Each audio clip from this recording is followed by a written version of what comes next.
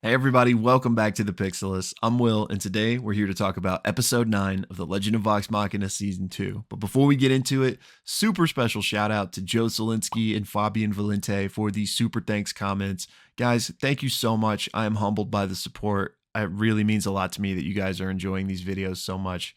I really appreciate it. Also, y'all, we are on the cusp of the final 3 episodes of the season. Time is a weird soup. I don't know how we've arrived here, but that also means we are on the cusp of our final watch party of the season. So if you would like to join me and the rest of the community as we watch these final 3 episodes, join our Discord. You can find the link in the description box below. That's where we host the watch party, and that's also where you can find out more about exactly when that will be happening. Other than that, y'all, patented spoiler warning. If you didn't see the original campaign, aspects of this breakdown could spoil parts of the show. That being said, if we ever dive into shark-infested spoiler territory, I will throw up a threat level midnight symbol and just mute if you don't want to know what's going on until that leaves the screen. All right, to kick things off, we have this absolutely brutal opening sequence that we come to find out is a flashback.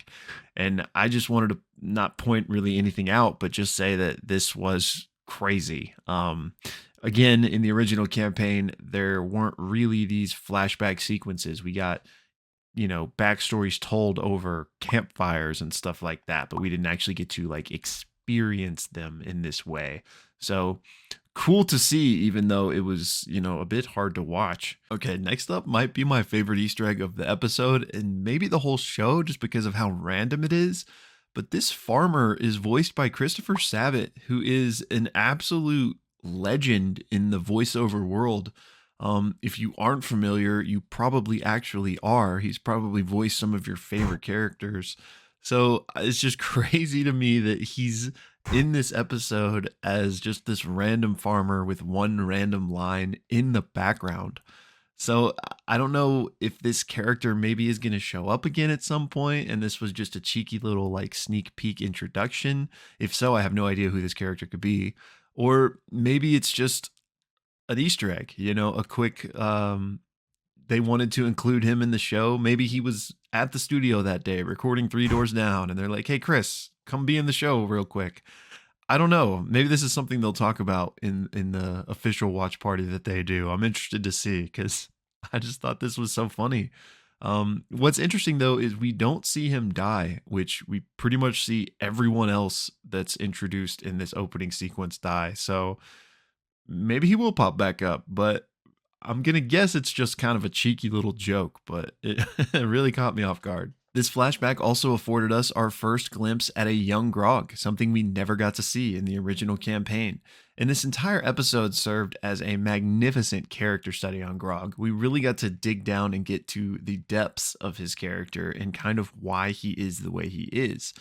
Now, that's not to say Grog didn't have depth in the original campaign. He did, but it was in fleeting moments, few and far between. And not because Travis didn't construct it. It was just because Grog was kind of the comic relief and he was this very low intelligence character. And Travis played that to a masterclass. But so that didn't often afford him the space to have these really like deep character moments. He did still have them, and those moments are some of my favorite moments of the entire original campaign. Anyway, all that to say is that I love how they've plotted that out for this episode, and they're really giving us that in-depth glimpse at him. And it probably is because Travis and Sam actually wrote this episode. And it's obviously a Grog-centric episode, but we also get a lot of Scanlan, so you can really tell that those two kind of really got at it, and it's just so good. One of my favorite episodes of this season so far. Also in this scene though, we get to see Grog wielding those two axes that I pointed out in the background of Wilhan's house last breakdown, and he's actually using them against a Matt NPC. So rest in peace, friend. Here we have Scanlan telling Pike and Grog about how he's been to Western many times, in fact, to perform different shows. And that's important, but we'll touch on that later, so don't forget that. But then he also says the people here always loved it when he finished with his song, When the Bald Man Cries, which is a self-gratification joke, and we'll leave it at that. Alrighty, in this scene, we get the introduction to Boulder Parchment Shears, aka Exandria's Rock, Paper, Scissors. And this was just the fun way the cast referred to Rock, Paper, Scissors as they were playing through the campaign. So it's fun to see it properly introduced into the show's canon. Also, these two NPCs are voiced by none other than Matt and Liam. And Matt is the one with the gigantic scar, and Liam is the other one.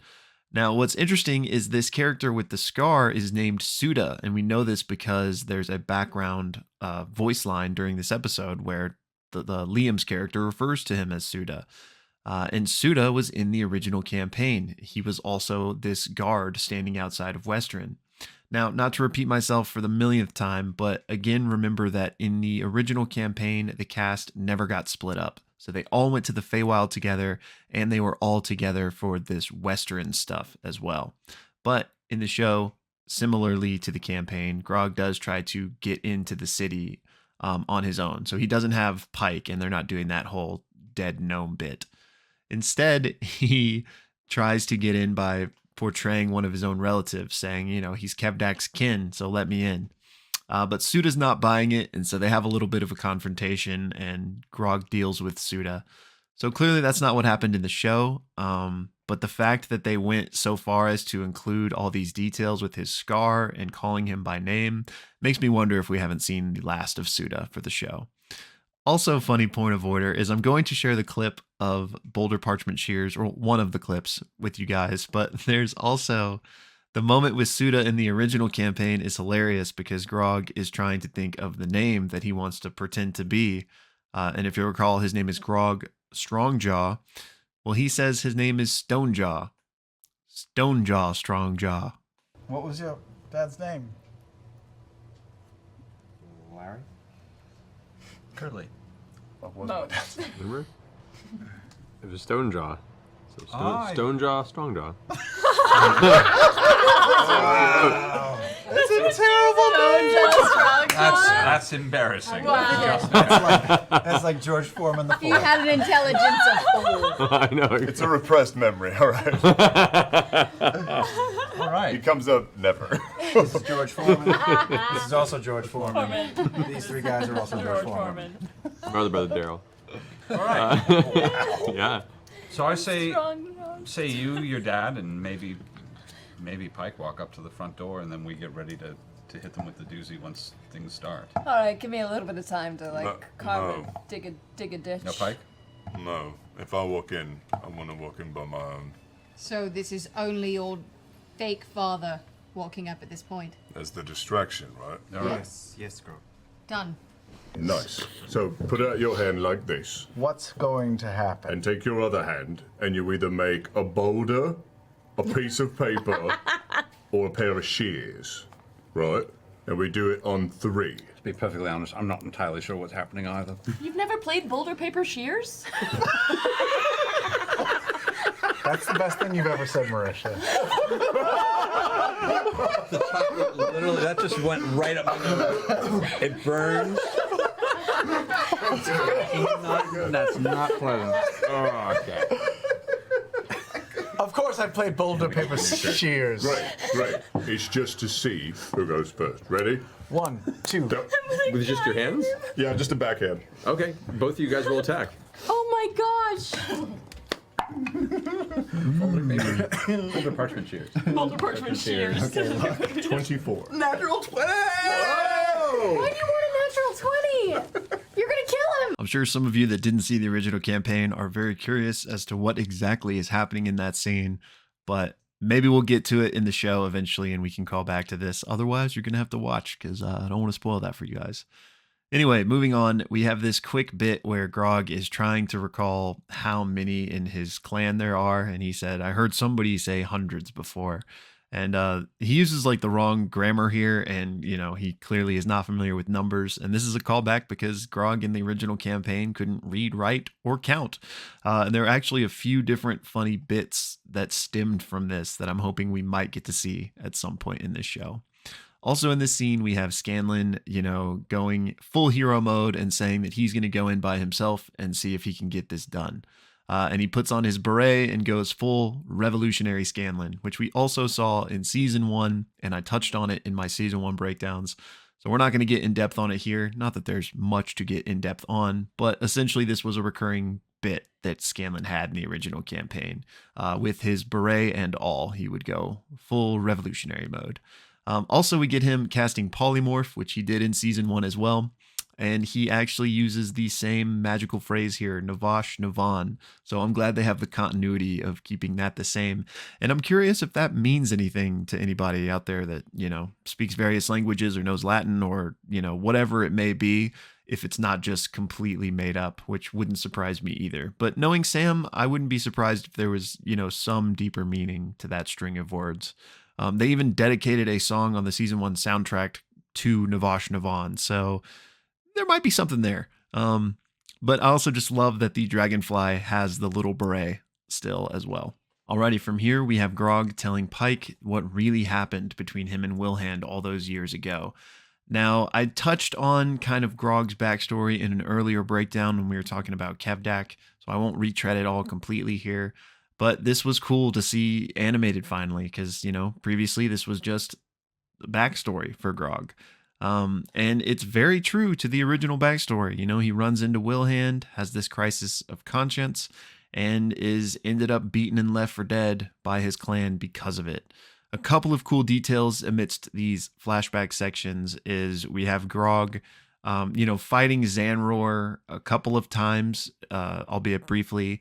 And in the original campaign, the history with Zanror, his cousin, was kind of tumultuous because they bickered and fought a lot in their younger days, and Grog always won. So it's kind of cool to see Grog, basically be better than him in these flashbacks as well. Also, just seeing the Titanstone knuckles kind of get used fully for the first time. These things are vicious, and the sound design on these hits, I could just feel it in my stomach. It was great. If hard to watch him getting beaten to death. And on that note, after he does get, whipped, there's this shot, and I'm not going to show it because I don't know how YouTube does with even cartoon violence. But there's this shot that I didn't notice when I watched on my original watch through, is that Grog's arm is messed up. Like it's facing the wrong way and his bone is jutting out. So yeah, I mean, he definitely was going to die did Wilhand not show back up with Pike. And yes, this is Pike. I did see some people being confused and thinking this was maybe Pike's mother, but no, it is her.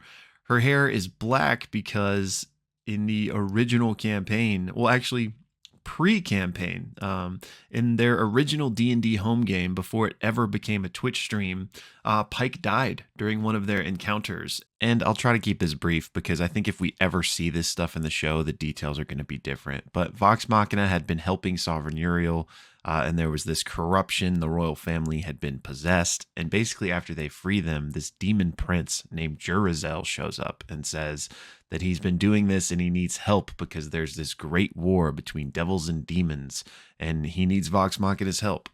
He convinces him, they decide to help him, and in return, he will grant them a wish. Well, Vox Machina decides, hey, you know what, this is kind of fishy. And so they actually use the wish to break the contract they made with him. And at that point, he turns into his real form, a Glabrezu, which is this, monster demon thing. And in the ensuing fight, he uses his pincer and literally chops Pike in half. And when they were able to bring her back to life, her hair shifted from black to shock white. One last thing in this scene before we check back in with Scanlan is there's this moment where Grog is saying, "You're great, great, great, great," and Pike corrects him and is like, "Just two greats." This is a callback to, in the original campaign, it could often get misremembered exactly what Wilhand's relation to was Pike's. How many greats is it? Is it grandpa? Is it uncle? So I just thought this was a funny little nod. Your uncle's a coward, Pike. I'm sorry. I should have helped. You get the sense now that alcohol's kicked in and he's started to go through his emotional process now. He's your uncle. I thought he was your grandfather. I thought he was your great-grandfather. He's my great-grandfather. And uncle? He's drunk. He's Very drunk. Alrighty, now let's check back in with Scanlan. And one detail I wanted to touch on first is just how much I love the fact that Sam himself is the one making these dragonfly buzzing noises. Great touch. But then we just get a quick tour of Western as he's flying around. And one of the first things we see is this building here. And this is the Cobalt Reserve, which is part of the Cobalt Soul. And what that is an organization dedicated to the search and preservation of knowledge. They're guided by the Knowing Mistress, which is the deity that the Sphinxes served as well. And that's why there's the triangle symbol. It's kind of representative of her 3 eyes, among other things. And this is just a really cool organization with a lot of history over the 3 campaigns. So it was cool to see it here. And indeed, in the original campaign, the Cobalt Reserve was in Western. So just cool to see this world building. And also we get this shot of the Margrave's house, which is essentially like the mayor of Western. And that's clearly where Kevdak has set up shop. It's where he gives his speech later.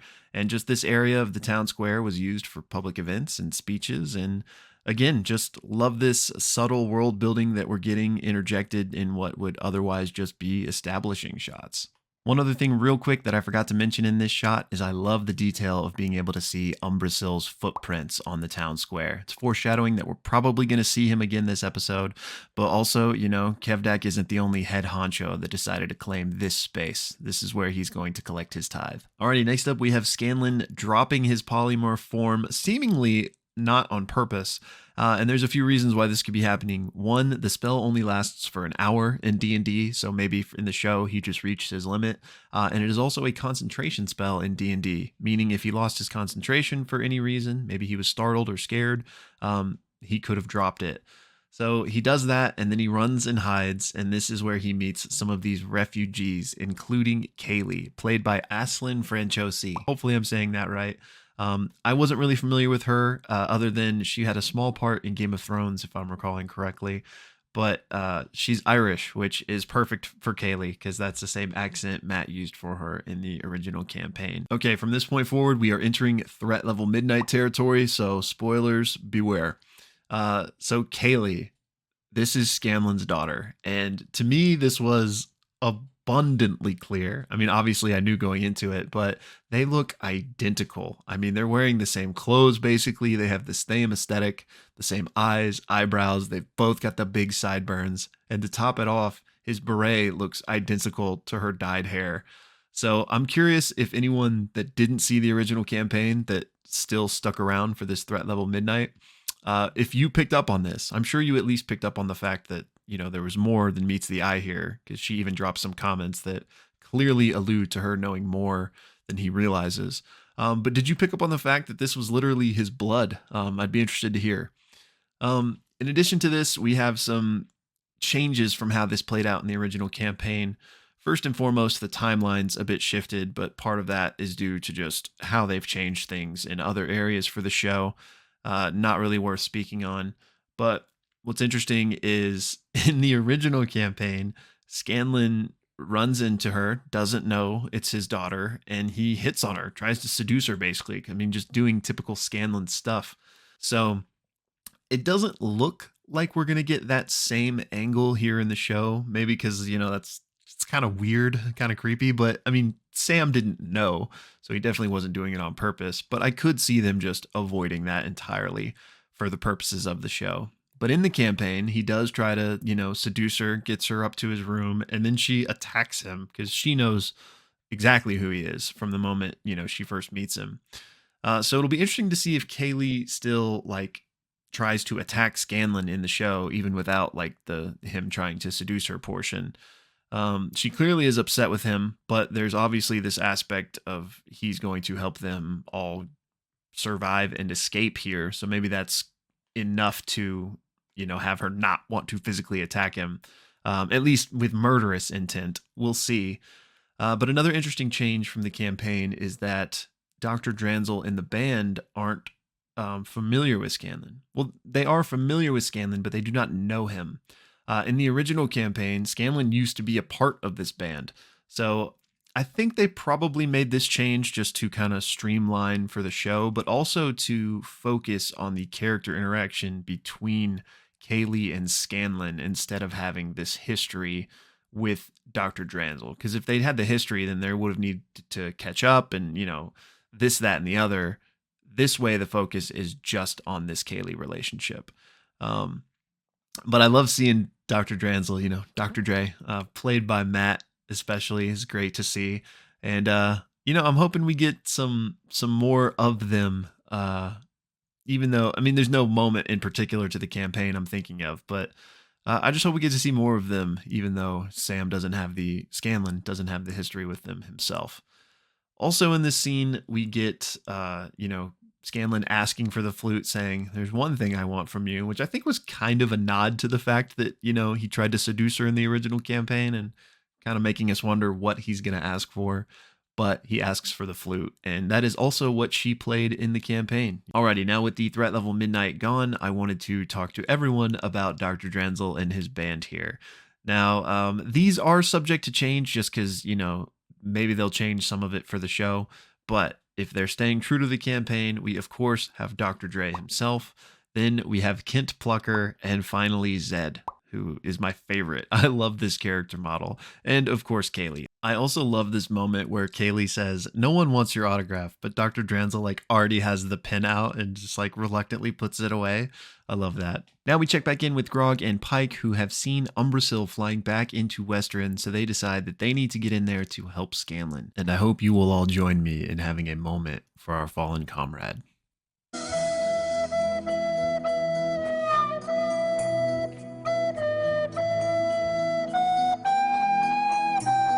Rest in peace, my friend.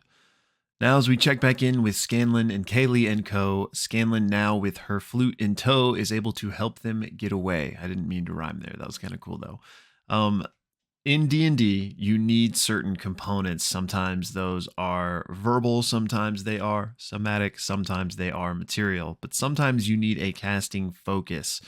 Or in the case of bards, and like Scanlan here, you need a literal instrument sometimes to do some of your spells. So that's why he needed her flute. And then when he had it, he was able to do a couple of things that we're going to see here.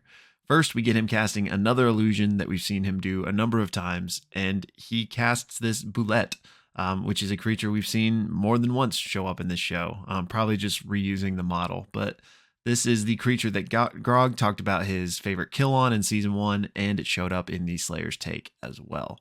Moving on from this, we also have Scanlan cast Scanlan's hand once again to lift up this cart and drop it on this unsuspecting member of the herd, but then, oh no.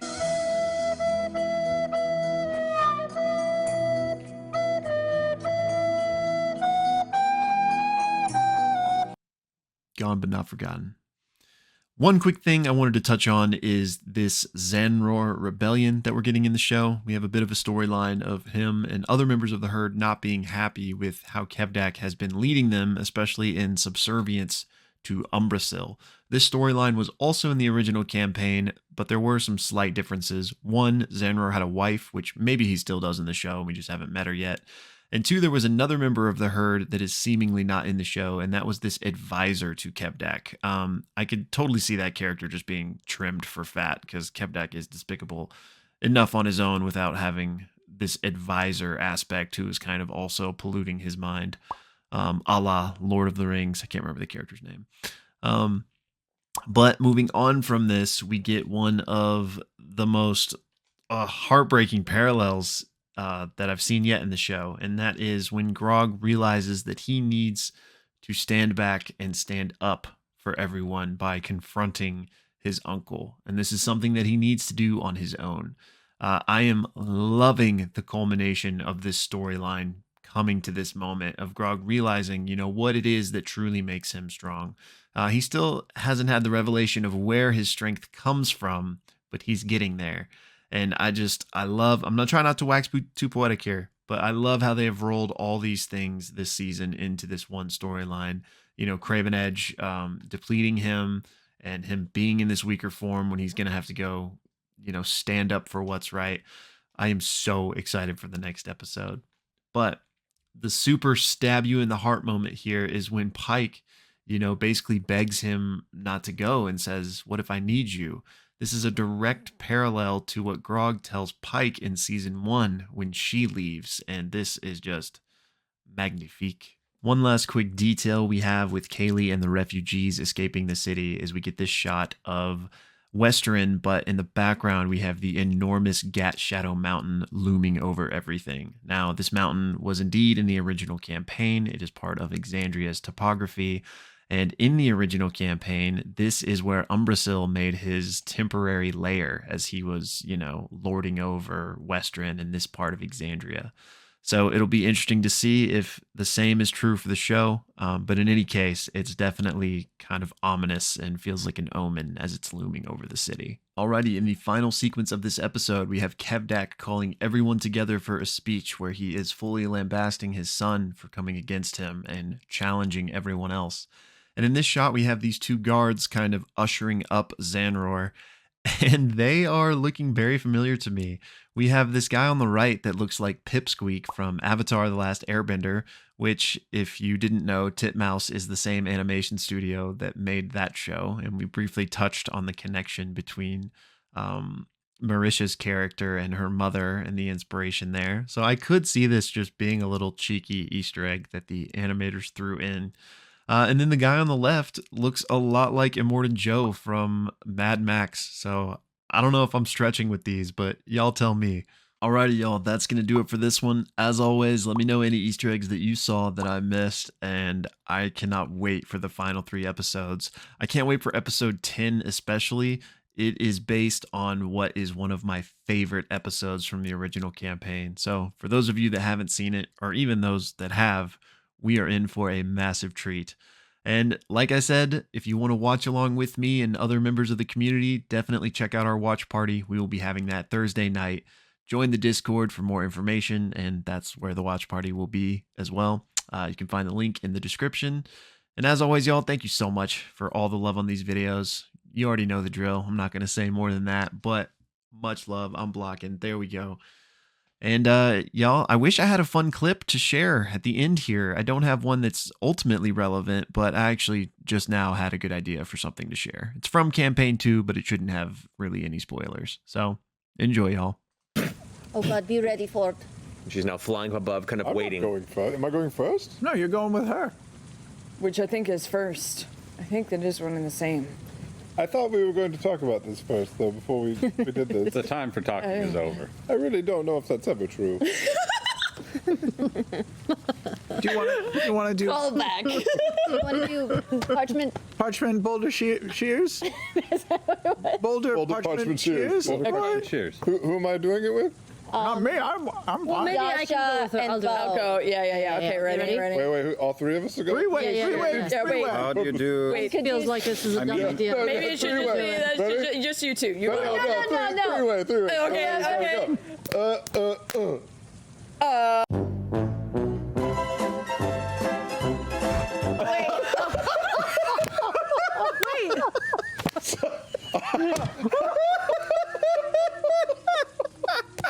It's been a long week.